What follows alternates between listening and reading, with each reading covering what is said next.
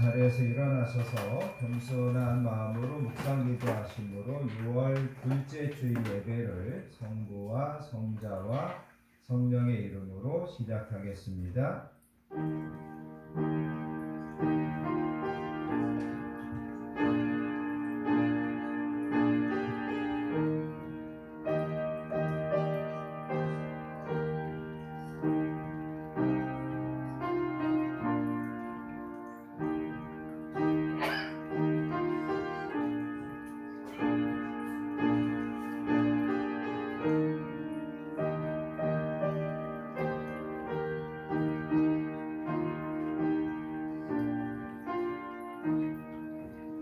온 땅이여 여호와께 즐거운 찬송을 부를지어다. 기쁨으로 여호와를 섬기며 노래하면서 그 앞에 나아갈지어다.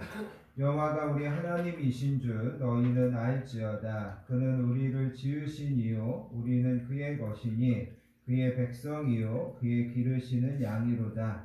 감사함으로 그의 문에 들어가며 찬송함으로 그의 궁정에 들어가서 그에게 감사하며 그의 이름을 송축할지어다. 여호와는 선하시니 그 인자하심이 영원하고 그 성실하심이 대대에 이르리로다. 아멘. 사랑과 공유를 풍성하신 아버지 하나님 감사합니다. 지난 한 주간도 저희들을 각자의 삶 가운데서 지켜주시고 하나님의 날개 그늘 아래 보호하시고 오늘도 이 예배의 자리로 저희들을 불러주시니 감사합니다. 아멘. 오늘도 이 예배를 통하여서 하나님의 도우심과 하나님의 은혜를 고백하고 하나님 앞에 감사하는 한 시간 되게 해주시기 원합니다. 아멘. 오늘도 우리 자신을 거룩한 산 제사로 드리는 예배 되게 해주시기 원합니다. 아멘. 오늘도 예배 중에 임재하여 주시고 하나님의 음성과 하나님의 따뜻한 손길이 저희들에게 깨달아지는 시간 되게 해주시기 원합니다. 아멘. 이 시간에도 겸손히 머리 숙여 하나님의 은혜를 구하는 자들에게 하늘문을 여시고 하늘에 속한 모든 신령한 복을 풍성하게 내리워 주시기를 원합니다. 아멘. 상전의 손을 바라보는 종들의 손같이 여주인의 손을 바라보는 여종의 눈같이 우리 눈이 여호와 우리 하나님을 바라보니 오늘도 이 예배 가운데 풍성한 은혜를 베풀어 주실 줄 믿습니다. 아멘. 모든 예배를 성령님께 맡기고 의지하며 우리를 사랑하여 주시는 존귀하신 예수님의 이름으로 간절히 기도합니다. 아멘. 다 자리에 앉으셔서 찬송가 14장 주 우리 하나님 함께 찬양하시겠습니다.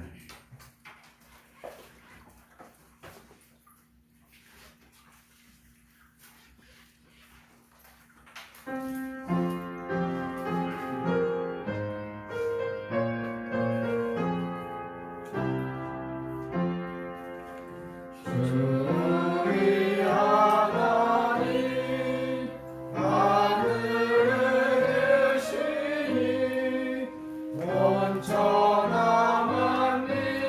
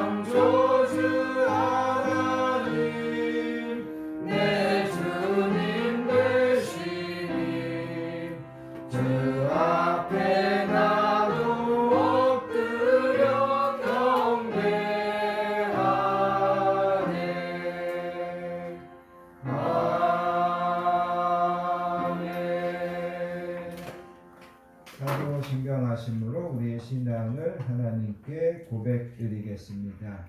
전능하사 천지를 만드신 하나님 아버지를 내가 믿사오며 그 외아들 우리 주 예수 그리스도를 믿사오니 이는 성령으로 잉태하사 동정녀 마리아에게 나시고 본디오 빌라도에게 고난을 받으사 십자가에 못 박혀 죽으시고 장사한 지 사흘 만에 죽은 자 가운데서 다시 살아나시며 하늘에 오르사 전능하신 하나님 우편에 앉아 계시다가 저희로서 산자와 죽은 자를 심판하러 오시리라.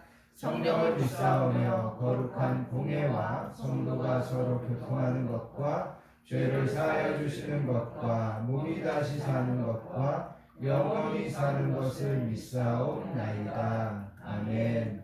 이 시간 계속해서 하나님 앞에 참회와 고백의 기도로 나아가겠습니다. 한 주간도 우리의 삶을 겸손하게 뒤돌아보며 하나님의 말씀, 하나님의 뜻을 위하여 살기보다 여전히 내 고집과 내 주장과 내 감정을 앞세워 살려고 했던 모습이 있다면 이 시간 하나님 앞에 회개하기를 원합니다. 하나님께 내 모든 삶의 짐과 여정을 맡기지 못하고 여전히 내 뜻대로 되지 않는 것들 때문에 하나님 앞에서 원망하고 낙심하고 불평했던 것들이 있다면 이 시간 그것도 하나님 앞에 회개할 수 있기를 원합니다. 하나님은 오늘도 우리에게 큰 은혜를 주시려고 부르셨는데 행여라도 내 안에 하나님의 그 은혜를 의심하고 그 은혜에 방해되는 것들이 있다면 성령님께서 그 모든 것들을 꾸짖어 주시고 물리쳐 주셔서 온전히 은혜 받는 자리에 서게 해달라고 이 시간 참회와 고백의 기도로 하나님 앞에 기도하겠습니다. 하나님 아버지 감사합니다. 지난 한 주간도 하나님의 은혜 가운데 보내고 오늘도 이렇게 함께 모여 찬양하는 자리에 예배하는 자리에 저희들 불러주시니 감사합니다. 하나님 이 시간에도 누구보다도 겸손하게 나 자신을 다시금 하나님의 말씀 앞에 다시금 아버지 하나님의 기름 부으심 앞에 세워놓습니다. 지난 한 주간의 모든 삶 가운데 또 지난 한 주간의 모든 언행 가운데 하나님 아버지 하나님의 자녀답지 못했고 인간적인 감정과 인간적인 생각이 앞섰던 것 있었다면 하나님 불쌍히 여겨주시고 하나님 이 시간에도 다시금 아버지 하나님의 기름 부으심으로 주님의 그 보혈로 깨끗하게 씻으셔서 오늘도 아버지 하나님 예배와 말씀과 은혜의 통로로 쓰임받기를 원합니다. 하나님 내가 먼저 은혜 받는 자리에 서게 해주시고 내가 오늘도 함께 은혜 받는 자리로 우리 성도님들을 품고 나아갈 수 있도록 성령님 역사하여 주시기를 원합니다. 성령님 이 시간에도 우리 한 사람 한 사람의 마음을 어루만져 주시고 하나님께서 위로하여 주시고 하나님께서 눈으로 성령을 바라보게 하시고 주님께서 역사하시고 도와주시는 은혜 앞에 하나님 우리가 겸손히 주실 줄 나아갑니다. 믿습니다. 하나님 때로 염려하고 의심하고 두려워하는 저희들의 마음 가운데 은혜와 평안을 허락하여 주시고 오늘도 함께 하시는 하나님을 기도합니다.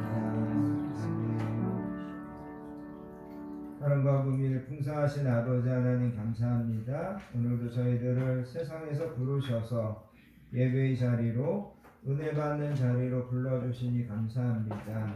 이 시간에도 겸손한 마음으로 입술의 고백으로 참회하며 하나님 앞에 기도하게 하여 주시니 감사합니다.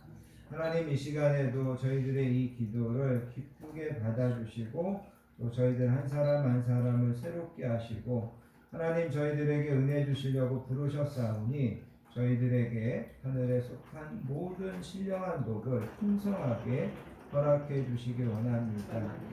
세상과 구별되지 못하고 여전히 육신의 정욕과 안목의 정욕과 이생의 자랑에 사로잡혀 살았던 것을 용서해 주시기 원합니다. 1만 달란트를 빚진 자처럼 셀 수 없는 것을 탕감받았으면서도 작은 것을 용서하지 못하고 이해하는 데 인색했던 것을 하나님 용서해 주시기 원합니다. 이미 주신 것을 감사하지 못하고 원망과 불평과 여전히 하나님 앞에 대하여 낙심하고 있었던 모습도 하나님 용서해 주시기 원합니다. 이 땅이 잠시 지나가는 나그네의 삶이고 영원한 분향을 향해 나아가는 여정임에도 불구하고 여전히 무거운 짐과 감정과 얽매이기 쉬운 죄들을 벗어버리지 못하였던 저희들의 어리석음도 용서해 주시기 원합니다. 저희들의 이 연약함을 아시는 하나님 앞에 다시 한번 긍휼히 겸손히 머리 숙이오니 저희들을 하나님 새롭게 하여 주시고 하나님의 은혜로 다시 은혜 받는 자의 자리에 서게 해 주시기 원합니다. 아멘. 악인은 그의 길을 불의한 자는 그의 생각을 버리고 여호와께로 돌아오라. 그리하면 그가 긍휼히 여기시리라. 우리 하나님께로 돌아오라. 그가 너그럽게 용서하시리라. 그러므로 이제 그리스도 예수 우리 주 안에 있는 자에게는 결코 정죄함이 없느니라. 아멘. 찬송가 526장 목마른 자들아 찬양하신 다음에 전홍수 집사님 우리를 대표해서 기도 인도해 주시겠습니다.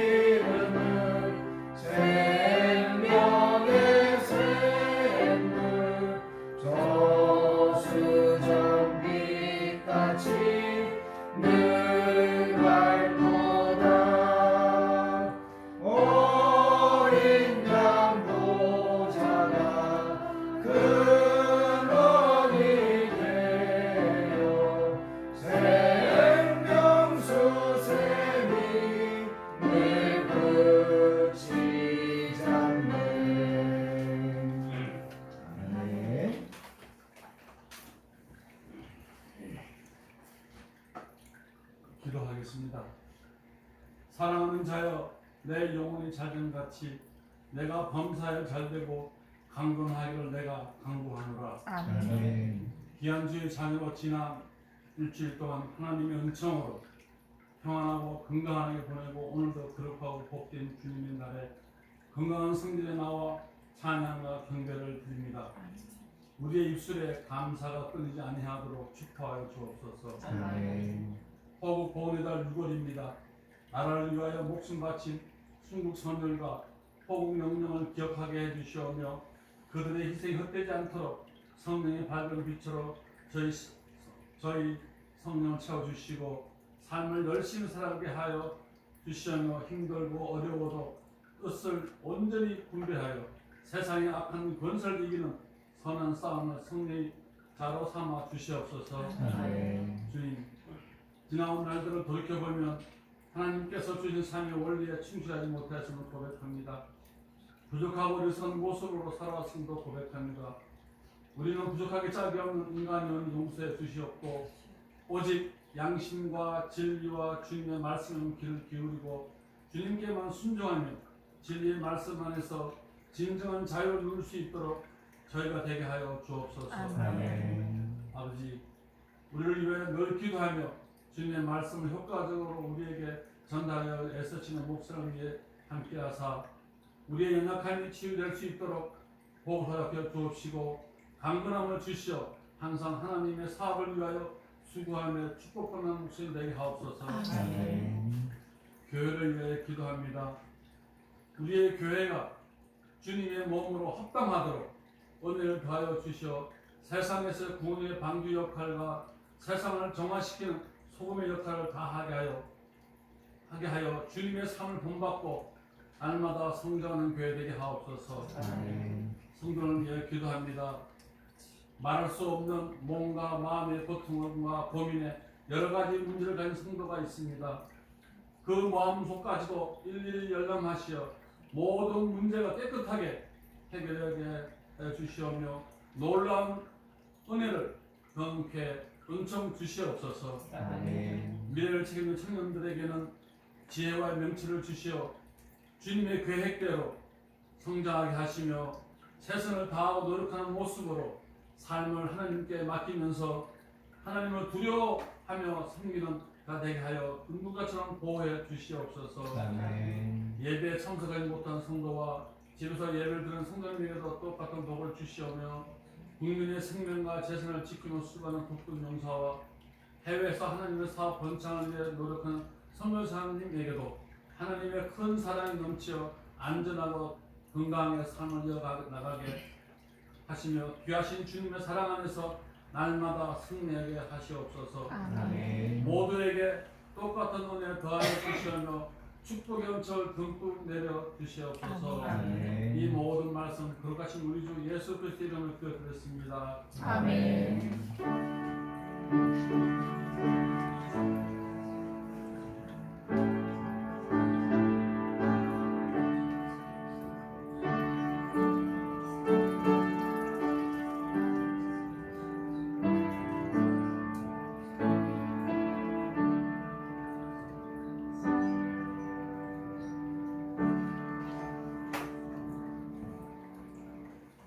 오늘 우리에게 주시는 하나님의 말씀은 구약성경 시편 8편에 있는 말씀입니다. 시편 8편 1절부터 9절까지 말씀 다 찾으셔서 한 목소리로 받들어 읽겠습니다.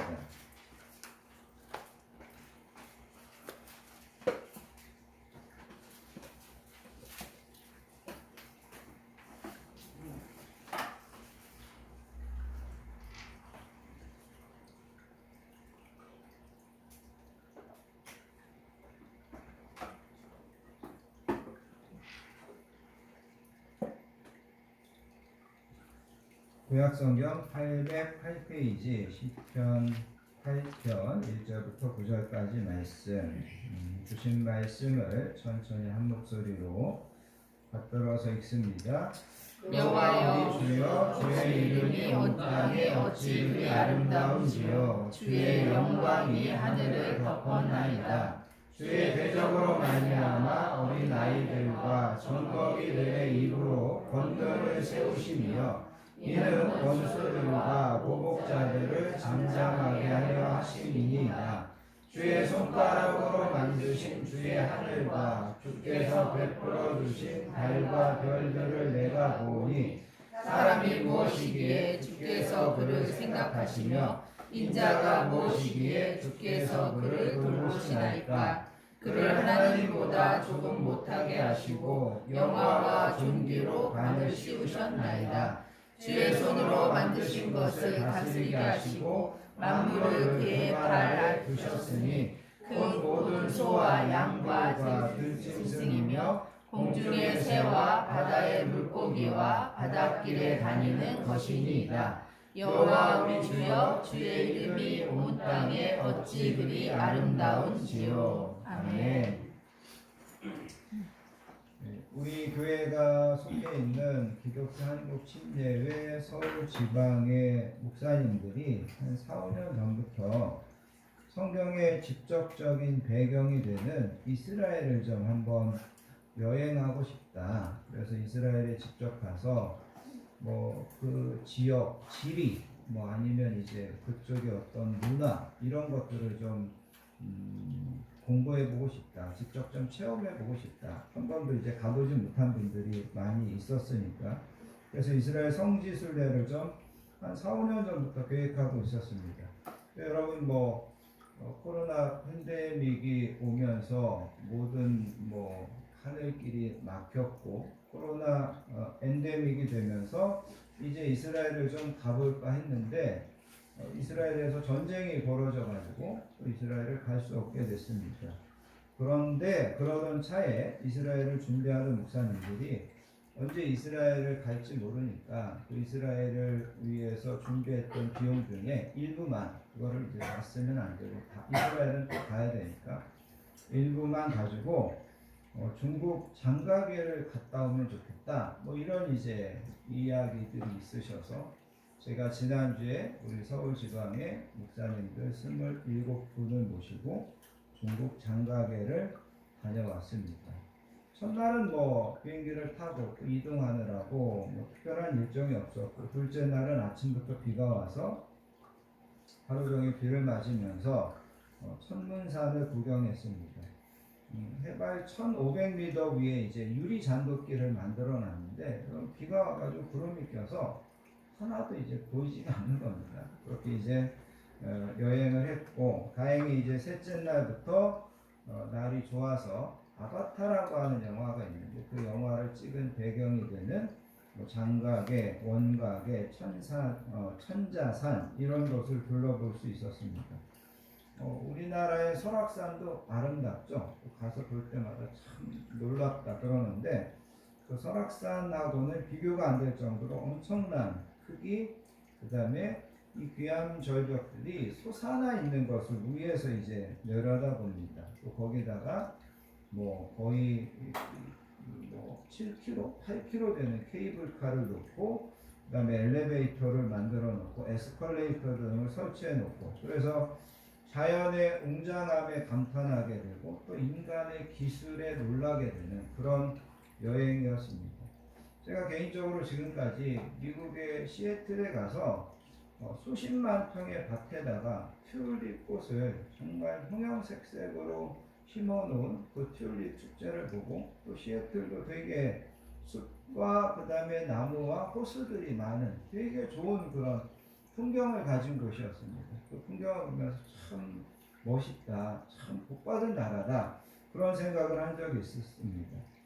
베트남의 하롱베이라는 곳에 가가지고 그 잔잔한 바다 위에 이 조그마한 섬들이 삐적삐적 올라와 있는데 그 섬들의 나무가 자라고 또 여러 가지 식물이 자라고 그 경치도 정말 잊지 못할 그런 아름다운 경치였습니다. 이스라엘에 가서 남쪽 끝이라고 하는 에일랏에 내려가면서 해가 지는데 그 지역 자체가 이제 다 바위 사막입니다. 그리고 그 지역 자체가 원래 붉은데 저녁에 노을이 지면서 그 붉은 것이 이제 더 붉게 전체를 비추는 것을 보면서도 참 아름답다라는 그런 생각을 했습니다. 근본의 중국 장가계의 자연 경관도 제가 지금까지 보았던 그런 뭐 아름다움 또 그런 뭐 대단한 이런 풍경 중에 하나였습니다. 제가 가진 표현력으로 그걸 여러분들에게 다 설명해 드리지 못하는 것이 죄송할 정도로 그런 멋진 풍광을 볼 수 있었습니다. 그럼에도 여러분 우리 그리스도인들은 이런 자연의 아름다움을 보면서 거기에서 몇 가지를 더 생각할 수 있어야 됩니다. 그게 오늘 우리가 읽은 이 시편 8편을 통해서 우리가 좀 함께 깨닫기 원하는 겁니다. 그래서 이 시편 8편을 좀 우리가 살펴보기 원하는데 이 시편 8편에 대해서 여러 가지 이제 이 시편 8편을 소개하는데 제가 이번에 설교를 준비하면서 이런 표현을 찾아볼 수 있었습니다. 뭐냐면 천지 창조를 다룬 창세기 1장에 대한 인간의 화답시다. 이렇게 이제 이 시편 8편을 평가한 것을 볼 수 있었습니다.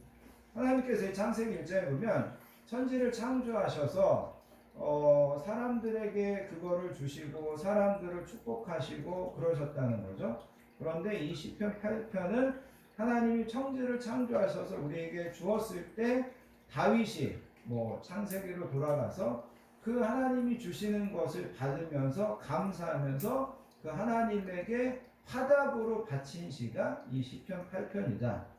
실제 그렇다는 게 아니고 이 시편 8편의 어떤 전반적인 내용이나 어떤 가치나 의미를 우리가 그렇게 평가할 수 있다. 그런 면에서 이 시편 8편은 하나님이 창세기 1장에서 그 천지를 창조해서 우리에게 줬을 때 그것을 받아든 우리 인간이 하나님 앞에 화답하는 식으로 하나님 앞에 드린 찬양, 감사, 이것이 시편 8편이다. 이렇게 이제 이 시편 8편을 소개하는 그런 글들이 있었습니다. 자, 그러면서 여러분 1절에 보면 여호와 우리 주여 주의 이름이 온 땅에 어찌 그리 아름다운지요 주의 영광이 하늘을 덮었나이다. 3절에 보시면 주의 손가락으로 만드신 주의 하늘과 주께서 베풀어 두신 달과 별들을 내가 보니, 여기에 보면 하나님께서 손가락으로 만드셨다 그렇게 이야기합니다. 이 세상의 어떤 웅장함들, 장엄함들, 어떻게 보면 정말 기가 막힌 것들, 그런데 하나님은 그거를 그냥 손가락으로 만들었다라고 표현합니다. 그만큼 하나님의 능력, 하나님의 위대하심은 크다라는 것을 은연중에 표현하기 위해서 우리가 보고 놀라는, 우리가 보고 감탄하는 그런 거 하나님은 손가락으로 만드셨다. 이렇게 이제 다윗은 표현하고 있습니다. 그 다음에 여러분 9절에 가서 보시면 여호와 우리 주여 주의 이름이 온 땅에 어찌 그리 아름다운지요. 이렇게 다시 이제 이 시편을 마치고 있습니다. 다윗은 땅을 보고 아름다움을 보았고 하늘을 보고 하나님의 영광을 보았습니다. 모든 창조물을 통해서 하나님의 이름이 이 세상에 가득한 것을, 하나님의 영광이 이 세상에 가득한 것을 보았습니다. 여러분 아시는 것처럼 다윗은 본래 목동이었습니다.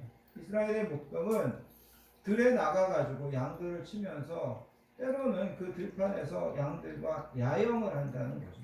밤에 누워서 하늘을 쳐다봤을 때 그 무수한 별들, 때로는 달들, 이런 것들을 보면서 다윗이 이 시를 지었을 것으로 추정합니다. 그러면서 그 무수한 별들, 아침에 떠오른 일출의 아름다움, 해가 지는 그 일몰의 아름다움, 그런 것들을 보며 하나님을 찬양하고 하나님께 영광을 돌리고 있다는 거죠. 그래서 여러분, 저와 여러분들도 어떤 자연의 아름다움, 또 어떤 자연의 어떤 장엄함, 그런 것들을 볼 때마다 우리는 항상 먼저 하나님을 인정하고 하나님을 찬양하고 하나님께 감사할 수 있어야 됩니다. 그래서 그 모든 것들을 만드신 하나님의 솜씨를 보고 하나님의 솜씨를 찬양할 수 있어야 됩니다. 그럼 모든 작품에는 그거를 만든 사람이 어떤 식으로든지 반영되어 있습니다. 글로 표현하는 문학 작품에는 어떤 특정한 작가가 자주 쓰는 표현이나 어떤 그 사람만의 독특한 구성 방식이 다 다르기 때문에 이런 문학을 연구하는 사람들에게 어떤 글을 보여주면 이거는 누구의 작품입니다. 그렇게 금방 알을 수 있는 게 뭐냐면 그 작가는 이런 표현들을 자주 쓴다는 거죠. 성경도 그렇게 추정합니다. 이 글이 바울의 글이다, 아니면 이 글이 누구의 글이다, 그거를 찾아갈 때 이건 바울이 자주 쓰는 표현이다. 그러니까 이 히브리서는 분명히 바울이 쓴 거다. 이렇게 이야기한다라는 거.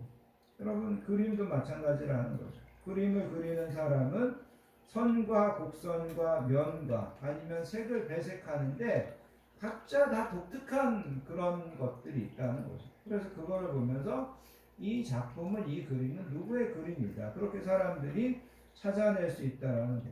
음악도 마찬가지라는 거죠. 그 음율과 가사 속에 그거를 만든 사람의 독특한 것들이 다 숨겨져 있다라는 겁니다. 자연의 아름다움을 감탄하면서 그 속에 담긴 그것을 만드신 하나님을 보지 못하고 하나님을 찬양하지 못하는 것은 좋은 그림을 감상하고 좋은 음악을 들으면서 그것을 만든 사람들을 전혀 의식하지 못하고 감사하지 못하는 것과 마찬가지라는 거예요. 미켈란젤로라고 하는 되게 유명한 르네상스 시대의 거장이 있었습니다. 그런데 이 사람은 자기가 만든 작품에 서명을 남기지 않은 것으로 유명합니다. 여러분이 잘 아시는 것처럼 미켈란젤로가 시스티나 성당의 그 벽화에다가 천지창조라고 하는 그런 걸작을 만들었다는 거죠. 처음에 그 벽화를 요청받고 미켈란젤로는 사람의 출입을 통제하고 천장 밑에 세운 작업대에 의지해가지고 하루에 15시간 동안 고개를 쳐들고 무려 4년 동안이나 이 천지창조를 그렸다고 합니다. 마침내 4년 만에 천장에 매달려서 불후의 명작 천지창조를 완성했습니다. 그리고 그는 흡족한 마음으로 서명을 하고서 성당 문을 열고 나서는 순간 눈부신 햇살과 푸른 자연의 아름다움에 그만 넋을 잃고 말았다고 합니다. 세상에 그 무엇과도 비교할 수 없고 세상에 그 누구도 흉내낼 수 없는 그 자연의 아름다움을 그 순간에 그가 성당 문을 열고 나오는 그 순간에 그에게 깨달아진 것입니다. 그러면서 그가 문득 깨달은 것이 있습니다. 하나님은 이렇게 아름다운 자연을 창조하시고서도 그 어디에도 서명 같은 것을 남기지 않으셨는데 기껏 작은 벽화를 그려놓고 나를 자랑하려고 거기다 서명을 내가 남겨놨다니, 그러면서 그가 즉시 돌아가서 그 천정 벽화에 있던 자기의 서명을 지워버렸다고 합니다. 그리고 그 후로도 그는 어떠한 작품에도 자신의 서명을 남기지 않았다고 합니다. 그런데 미켈란젤로가 시스템 성당의 벽화에 그린 천지창조에 서명을 남기지 않았다고 해가지고 그거를 미켈란젤로가 그렸다는 것을 모르는 사람이 아무도 없습니다. 누구도 그것이 미켈란젤로의 작품이라는 것을 의심하지 않습니다.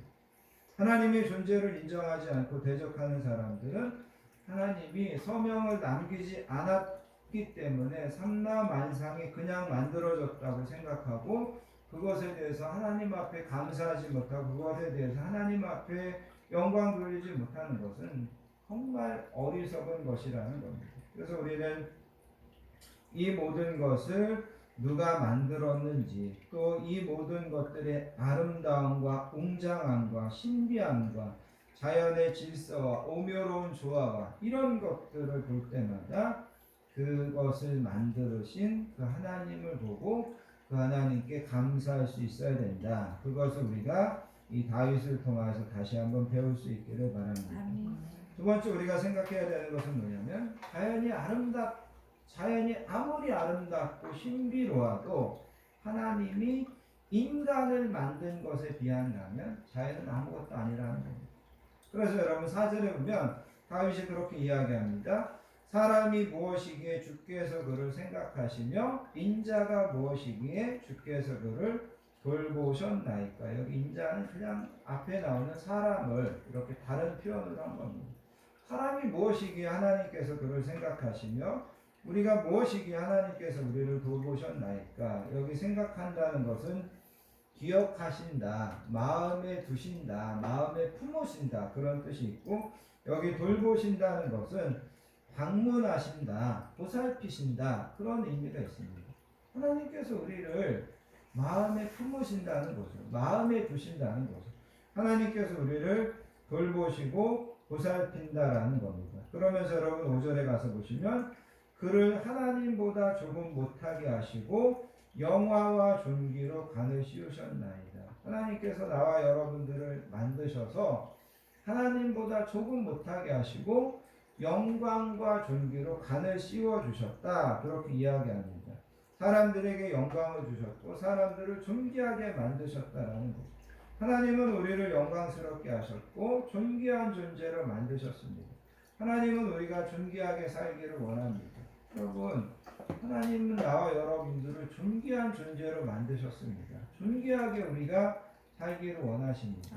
그런데 사람들이 이 존귀하다는 것을 잃어버리고 그 인생을 존귀하게 보지 않고 그의 삶을 존귀하게 살지 않는 그런 자들이 얼마나 많은지 모릅니다. 그러면서 여러분 다시 6절에 가서 보시면 주의 손으로 만드신 것을 다스리게 하시고 만물을 그 발 아래 두셨으니, 만물을 사람들의 발 아래 두셨다는 말도 앞에 나오는 하나님께서 만드신 만물을 다스리게 하셨다라는 그런 뜻입니다. 그래서 여러분 하나님이 창세기 1장에 가서 보시면 우리를 만드시는데 하나님의 형상대로 만드셨습니다. 그리고 하나님께서 뭐라고 말씀하셨냐면 우리가 우리의 형상대로 사람을 만들고 그 사람들에게 만물을 다스리게 하자, 이렇게 이야기합니다. 그리고 사람을 만든 다음에 하나님께서 그들에게 복을 주시고 하나님이 그들에게 이르시되 생육하고 번성하여 땅에 충만하라, 땅을 정복하라, 바다의 물고기와 하늘의 새와 땅에 움직이는 모든 생물을 다스리라 하시니라. 그래서 여러분 여기에서 우리가 하나님께서 우리 인간을 하나님의 형상대로 만드셨다. 그리고 그 하나님께서 우리에게 이 세상의 모든 것들을 다스릴 수 있는 그런 다스림의 권한을 위임하셨다라는 거죠. 여기 다스린다, 여기 6절에서도 주의 손으로 만드린 것을 다스리게 하셨다. 여기 다스린다고 하는 것이 두 가지 의미가 있습니다. 소극적으로는 우리가 지배받지 않는다라는 겁니다. 여러분 우리는 사단 마귀에게 지배받지 않아야 됩니다. 우리는 물질이나 환경이나 이런 것들에 지배받지 않아야 됩니다.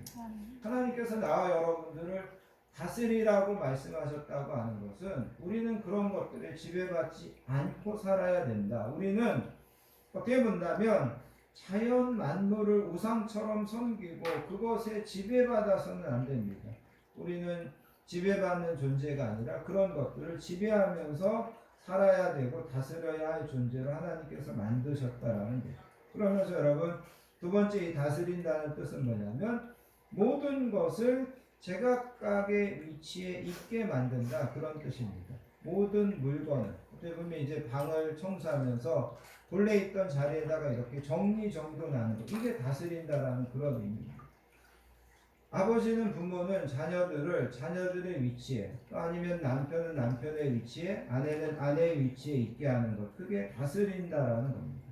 한 국가는, 한 사회는 각자의 역할을 감당할 수 있도록 각자의 자리를 지키게 하는 것, 그게 다스린다라는 겁니다. 그래서 하나님께서 우리 인간을 만드시는 것을 보면 하나님의 형상대로 만드시고 영광과 존귀로 간을 씌워주시고 또 이 세상을 다스릴 수 있는 그런 지혜와 그런 능력을 주시고, 이런 것들을 생각한다면 하나님이 자연을 만드신 것, 그거와 비교해 본다면 하나님이 인간을 만드시고 인간에게 이런 것들을 주셨다고 하는 것은 더 신비로운 거고 더 우리가 하나님 앞에 놀래야 되는 거고 찬양해야 되고 감사해야 되는 것이라는 거죠. 그래서 여러분 시편 13편에 가서 보면 다윗이 나를 지으심이 신묘막측하시다, 이렇게 이제 표현합니다. 이 신묘막측하다는 것은 신통하고 묘해서 미리 추측할 수 없다. 그리고 신비롭고 신성한 영역이다, 그런 뜻이 있다는 거죠. 그래서 여러분 우리는 자연을 보고 놀라는데 우리가 정작 놀라야 될 거는 우리 한 사람 한 사람을 지으시고 우리 한 사람 한 사람에게 영광을 주시고 존귀하게 하시고 세상을 다스릴 수 있는 그런 권한과 지혜를 주시고 이런 것들에 더 놀라야 된다는 겁니다.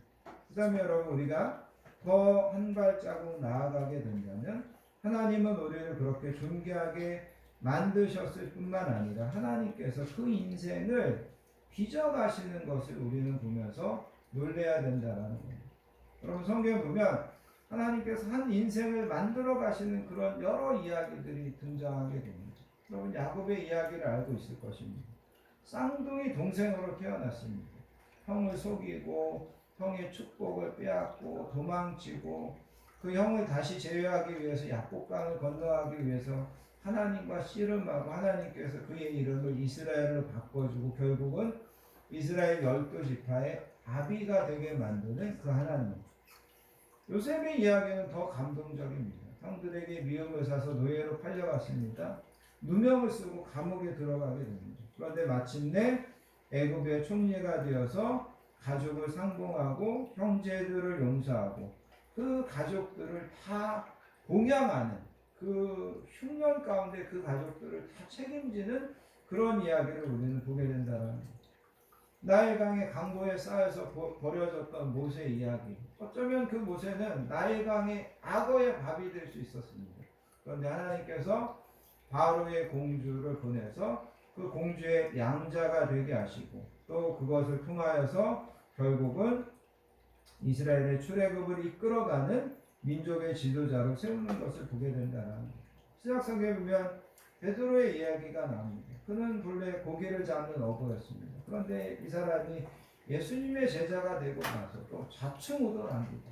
예수님한테 혼나기도 하고 예수님 앞에 이런저런 실수를 하고 그러다가 예수님을 부인하고 배반하기까지 합니다. 그런데 그가 결국에는 그 예수님 앞에서 나는 예수님처럼 바로 십자가에 매달릴 수 없다. 나는 십자가에 거꾸로 매달려 죽겠다. 그렇게 고백하는 인생으로 달라지는 것을 보게 됩니다. 사울도 마찬가지입니다. 예수님과 교회를 그렇게 핍박하는 자가 이제는 그 예수님을 전하는 일에 자기의 어떤 것도 자기의 생명까지도 아낌없이 내놓는 그런 인생으로 하나님께서 그 인생을 빚어가시는 것을 보면 하나님이 자연을 만드시고 어떤 한 인간을 창조하시고 그것보다도 이 하나님의 솜씨, 하나님의 이 지혜, 하나님의 이 섭리는 놀랍기만 하다라는 것을 우리가 깨달아야 된다는 거예요. 한 사람의 인생을 굽이굽이 도는 강물처럼 우리의 인생을 그렇게 하나님께서 인도해 가셔서 결국은 하나님이 원하시는 사람, 하나님이 원하시는 목적지 앞에 세워놓는 그 하나님은 참 대단하시다. 우리가 그것을 깨닫게 된다는 겁니다. 한 사람 한 사람의 인생을 작품으로 빚어가시는 그 하나님, 우리는 그것을 보면서 그 속에 담겨져 있는 하나님의 인내, 하나님의 솜씨, 하나님의 능력을 찬양할 수 있어야 된다는 겁니다. 그럼 생각해 보시기 바랍니다. 하나님께서 하나님이 만드신 그 자연이라고 하는 작품을 더 사랑하시고 더 자랑스러워 하시겠습니까? 아니면 인생 한 사람 한 사람을 빚으셔서 하나님을 닮아가고 하나님께 영광 돌리는 그런 인생으로 그 한 사람을 만드신 것을 하나님께서 더 기뻐하시고 자랑스러워 하시지 않겠느냐라는 겁니다. 그리고 그 하나님은 야곱이나 요셉이나 모세와 같은 위대한 인물들의 인생만 그렇게 하시는 것이 아니라 나와 여러분의 인생도 하나님께서 그렇게 만드신다라는 겁니다. 우리가 몰라서 그럴 뿐이지 하나님께는 야곱이나 요셉이나 나와 여러분이나 똑같이 하나님께서 사랑하시고 하나님께서 소중히 여기시는 한 존재라는 것을 여러분 기억하시기를 바랍니다. 그래서 하나님은 지금도 나와 여러분들을 계속해서 하나님의 작품으로 빚어가시고 만들어가시는 과정 중에 우리는 있습니다. 지지난주에 건강한교회 창립 10주년 예배를 하나님 앞에 드렸지만 제가 독수리 교회를 갑자기 나와서 처음 건강한 교회를 개척하게 했을 때 실은 저는 하나도 기쁘지가 않았습니다. 솔직하게 왜 이렇게 힘들게 이 나이에 하나님이 개척을 시키시나 나 정도의 스펙이면 우리 교단에서 어느 교회도 분명히 갈 수 있을 것 같은데 하나님께서 왜 길을 열어주시지 않으시나 이런 마음이 분명히 들었습니다. 그래서 저는 개척하면서 별로 기쁘지 않았습니다. 그런데 시간이 지나면서 이 목회 또 이 개척의 어떤 교회를 섬기면서 하나님께서 나를 더 연단하시고 또 나를 더 빚으시고 하나님께서 나를 더 겸손하게 하시고 나를 더 인격적으로 성숙하게 하시는구나 그런 것들을 많은 부분들에서 깨닫게 된다라는 겁니다. 이사야서 55장 8절 내 생각은 너희의 생각과 다르며 내 길은 너희의 길과 다르니라. 하늘이 땅보다 높음같이 내 길은 너희의 길보다 높으며 내 생각은 너희의 생각보다 높으니라. 여러분 하나님의 생각은 우리의 생각보다 높을 뿐만 아니라 하나님의 생각은 우리의 생각과 비교할 수 없을 정도로 깊다는 것을 우리는 분명히 아셔야 됩니다. 어린아이의 생각과 부모의 생각은 다릅니다. 아무리 자녀가 철이 들어도 자녀가 부모를 생각하는 것과 부모가 자녀를 생각하는 것은 다릅니다. 이거는 그냥 다른 정도가 아니라 차원이 다르고 수준이 다르다는 거죠. 하물며 하나님과 우리가 생각하는 것이 얼마나 차원이 다르겠습니까? 하나님이 생각과 하나님의 길은 우리의 생각과 우리의 길과는 때로는 전혀 차원이 다릅니다. 그래서 우리는 그거를 다 이해할 수 없습니다. 그래서 때로는 우리는 그것 때문에 하나님 앞에서 원망하게 되고 좌절하게 되고 절망하게 됩니다. 그럼에도 불구하고 그 하나님께서 나를 사랑하시고 그 하나님께서 굽이도는 강물처럼 언젠가는 나를 빚으셔서 하나님이 원하시는 그 작품으로 만들어 가신다는 것을 믿는다면 우리는 원망하지 말고 하나님의 그 길에 순종해야 되는 줄 믿습니다. 아멘. 우리는 인생을 통해서 우리는 성경을 통해서 그런 것들을 보고 배워야 된다는 거죠. 여러분 하나님께서 한 인생을 때로는 얼마나 가혹하게 다루시는지 여러분 우리가 그것을 다윗을 통해서 볼 수 있습니다. 다윗은 이스라엘의 두 번째 왕이 됐습니다. 본래 이새에게는 8명의 아들이 있었는데 다윗은 8번째 아들이었습니다. 사무엘이 다윗 이새의 집에 방문한다고 했을 때 형들과 아버지는 다 이 사무엘이 오는 그 만찬에 참여하게 되는데 다윗만큼은 들에 나가서 양을 치고 있었습니다. 그런 자였습니다. 그런데 하나님께서 은혜를 주셔서 왕이 됐습니다. 그리고 여러분이 아시는 것처럼 그 다윗이 결국은 밧세바로 인하여서 간음하게 되고 간접 살인하게 됩니다. 그럼에도 하나님께서 그 다윗을 용서하십니다. 여러분 많은 사람들이 다윗을 이야기하면서 다윗이 골리앗과 싸운 것을 이야기합니다. 그런데 여러분 성경에 보면 다윗이 시를 쓰는데 자기가 골리앗과 싸워서 이긴 것을 주제로 그거를 내용으로 다윗이 시를 쓴 것이 없습니다. 다윗이 뭘 주제로 썼냐면 자기가 간음해가지고 하나님 앞에 정말 회개하고 눈물을 흘리면서 하나님 앞에 참회하고 하나님 앞에 용서받았던 것을 배경으로 쓴 시들은 몇 편 된다는 거죠. 그러니까 여러분 다윗의 인생에 있어서 클라이막스는 그가 골리앗과 싸워서 이긴 게 그의 인생의 클라이막스가 아닙니다. 하나님 앞에 죄짓고 하나님 앞에 정말 참회하고 그럼에도 불구하고 하나님이 그를 용서해 주시고 회복시켜 주시고 계속해서 그 왕위의 자리에 서게 해 주시고 그러면서 그 다윗의 후손에서 이스라엘의 왕이 계속 나오게 하시고 궁극적으로 우리를 구원할 예수님을 보내주시는 그런 복을 다윗에게 주시는 것, 이것이 다윗의 인생에 있어서 가장 큰 사건이고 우리가 가장 주목해야 되는 사건이라는 거예요. 그런데 여러분 다윗의 입장에서는 그게 얼마나 부끄럽고 또 개인적으로 얼마나 창피하고 끔찍하고 정말 쥐구멍이라도 있으면 들어가고 싶은 그런 사건이었겠냐는 거죠. 근데 하나님께서는 그렇게 다윗을 몰아가셨습니다. 그렇게 하셔서 다윗을 빚으시는 것을 보게 된다라는 거죠.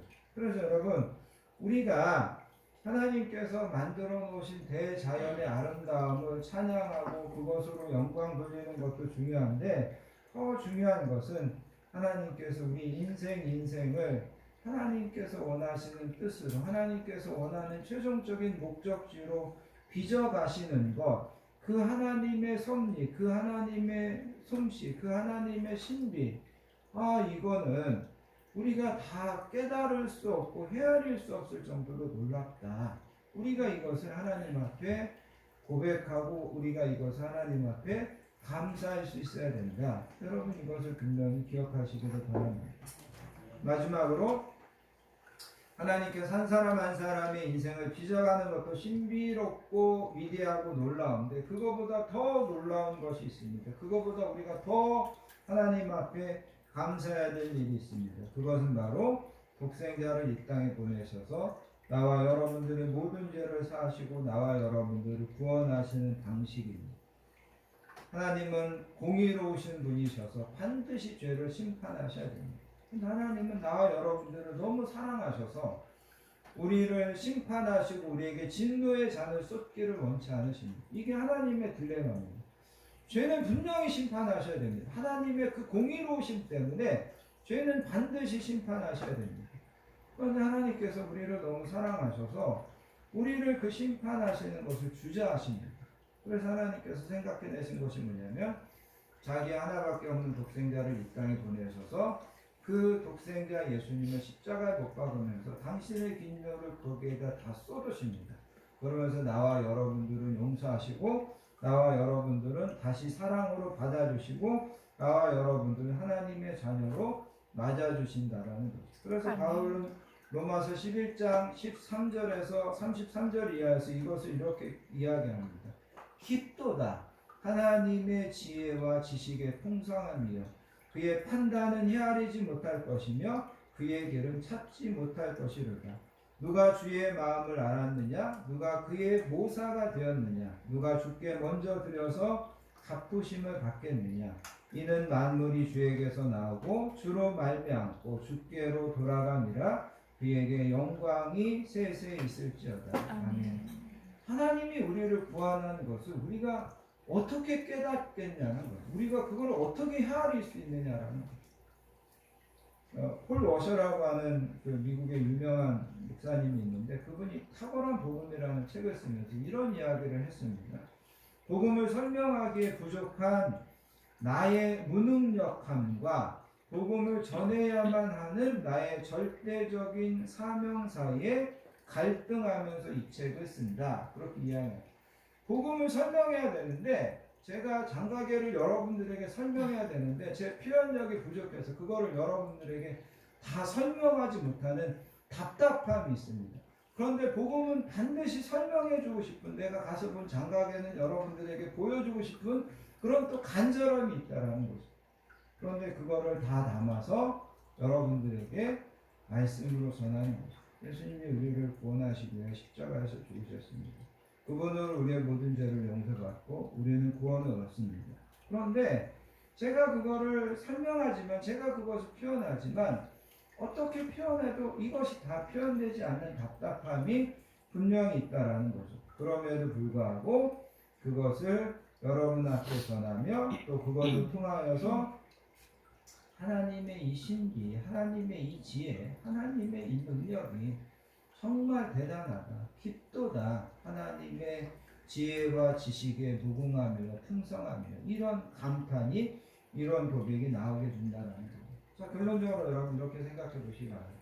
우리가 하나님이 만들어 놓으신 자연, 지금 6월 얼마나 우거져서 이렇게 보는 것마다 다 아름답지 않습니까? 그거를 볼 때마다 감사하고 그거를 볼 때마다 참 놀라게 되고 사람을 볼 때마다 놀라게 되고 사람을 볼 때마다 감탄하게 되고 우리 한 사람 한 사람 내 인생을 하나님께서 굽이두는 강물처럼 이끌어 오신 것을 볼 때마다 감사하게 되고 놀라게 되고 신비하게 생각하게 되고 우리를 구원하시는 것을 볼 때마다 생각할 때마다 놀라게 되고 감탄하게 되고 그렇게 생각한다면 나와 여러분들의 삶이 항상 어떻게 된다는 거죠? 놀라게 되고 감탄하게 되고 감사하게 되고 이렇구나 깨닫게 되고 그것이 나와 여러분들의 매일매일 순간순간의 삶이 되어야 될 줄 믿습니다. 날마다 하나님 앞에서 그렇게 감사하고 그렇게 고백하고 또 깨닫고 또 놀라고 또 하나님 앞에 감사로 찬양으로 영광 돌리고 그렇게 하나님 앞에서 살아갈 수 있는 저와 여러분들 되시기를 예수님의 이름으로 축복합니다. 아멘. 기도하겠습니다. 하나님 아버지 감사합니다. 오늘도 저희들을 하나님의 전으로 불러주시고 우리 입술을 열어 우리의 삶으로 하나님을 찬양하고 예배하고 영광 돌리게 하여 주시니 감사합니다. 하나님께서 우리에게 베풀어 주신 하늘과 땅과 바다와 모든 피조물들을 보고 또 우리 인생들을 보고 우리 인생들을 하나님께서 이끌어 오시는 그 여정을 보고 하나님 우리를 구원하시기 위하여 이 땅에 예수님을 보내셔서 그 예수님을 십자가에 못 박으시면서 우리에 대한 그 영원한 사랑을 확증하시는 것을 보고 우리가 감사하고 우리가 놀라고 우리가 하나님 앞에 영광 돌려야 할 일들이 얼마나 많은지를 다시 한번 이 말씀들을 통하여서 배우기 원합니다. 다시 한번 우리의 눈을 들어서 이 모든 것들을 주목하고 우리의 입술을 열어서 우리의 생각을 이런 것들의 위의 것들을 생각하고 위의 것들을 주목하며 살기로 결단하는 저희들 되기를 원합니다. 날마다 저희들 가운데 더 은혜 베푸시는 것을 사모하고 기대하며 믿음으로 하나님 앞에 영광 돌리는 건강한 교회와 우리 가정과 성도님들과 자녀들 되도록 인도해 주실 줄 믿습니다. 아멘. 감사드리며 사랑 많으신 예수님의 이름으로 간절히 기도하며 축복합니다. 아멘. 찬송가 79장 주 하나님 지으신 모든 세계 찬양하시면서 준비하신 예물 하나님 앞에 드리도록 하겠습니다.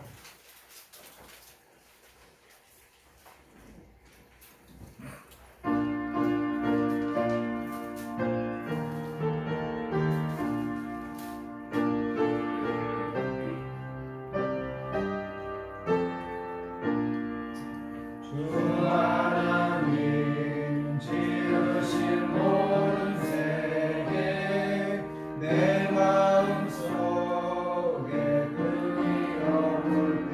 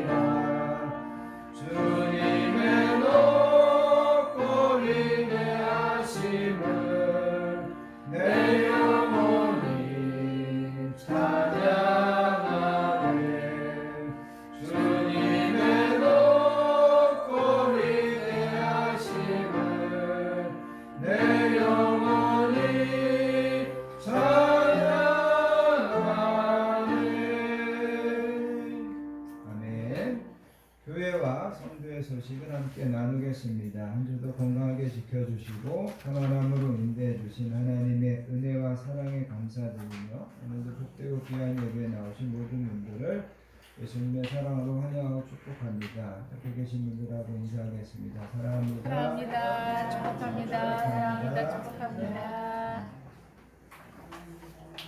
석현이가 오랜만에 주일에 왔습니다. 축복할 만한 소식은 우리 석현이가 11월에 결혼을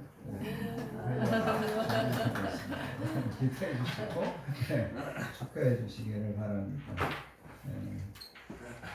하나님이 창조해 주신 대자연과 또 날마다 우리 인생을 돌보시고 인도하신 하나님을 찬양하며 또 더 기쁘신 하나님의 뜻과 하나님의 길에 순종하여 하나님께 영광 돌리는 우리 교회와 가정과 자녀들 되시기를 간구합니다. 이번에 이제 교회 그 봉투를 만들면서 교회 봉투를 좀 자그마한 사이즈로 만들었습니다. 그래서 좀 많이 만들었으니까 여러분이 얼마든지 개인적으로 가져가셔서 뭐 쓰실 일이 있으면 이렇게 돈 들어가기 좋은 사이즈로 이제 만들었습니다. 얼마든지 가져가셔서 그리고 뭐 선물하고 그럴 때도 많이 사용하시기 바랍니다. 그 다음 주 기도 맡으신 분들 잘 준비해 주시기 바랍니다. 다 자리에서 일어나셔서 주만 바라볼지라 찬양하시고 드려진 예물을 위하여 축복 기도하며 축도로서 모든 예배를 마치겠습니다.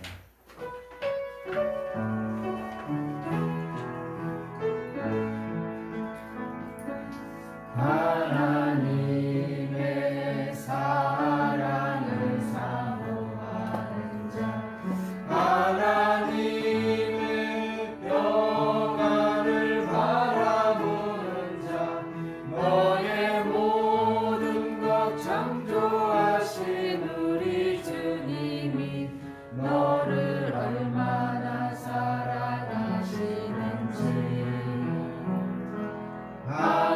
하나님께 찬양과 경배하는 자 하나님의 선하심을 닮아가는 자 너의 모든 것 창조하신 우리 주님이 너를 자녀 삼으셨네.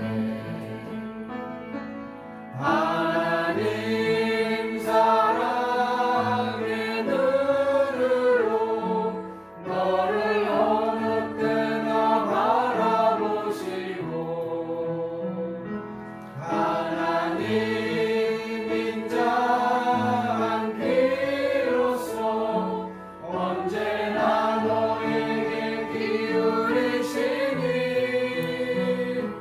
어두움에 밝은 빛을 비춰주시고 너의 작은 신음에도 응답하시니 너는 어느 곳에 있든지 주를 향하고 주만 바라볼지라 주만